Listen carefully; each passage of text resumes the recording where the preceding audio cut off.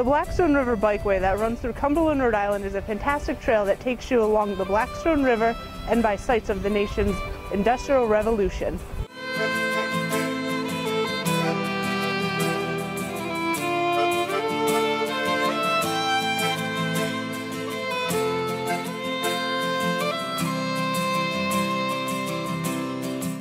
The Kelly House was built in 1835, and it is a mill owner's house. Captain Wilbur Kelly, a ship captain, will purchase a mill that stood formerly just over yonder on the other side of the big 116 bridge.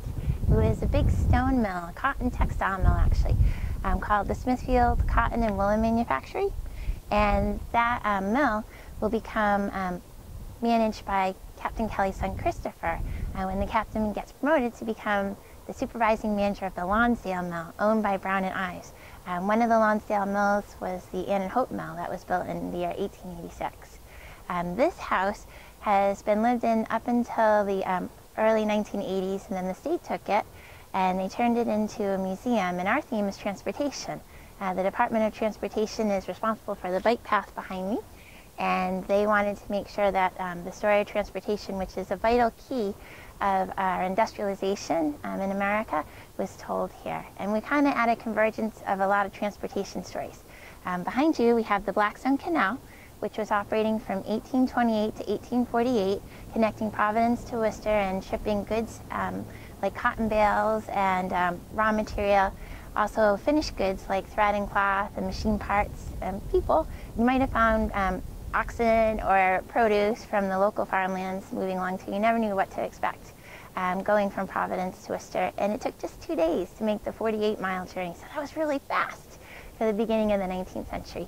That's going to be replaced by the railroad, which is just on the opposite side of this huge mill called the Ashton Mill, and that railroad is Providence and Worcester. It's been operating since 1848 and it's still going strong today.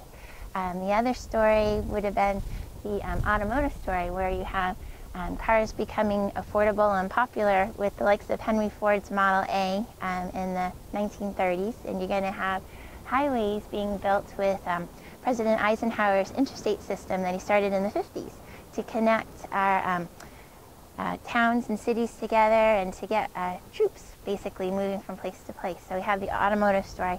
But before we can mention any of those, and even Captain Kelly, we have to talk about Native Americans. The Native Americans that were here were the Narragansetts.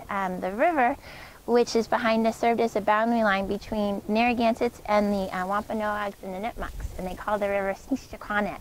And we would have tribal pathways become our first roads, like Great Road, which is linking Providence to Mendon. And you can still see sections of it and travel on it in Lincoln here and find several historic buildings. But that's another story.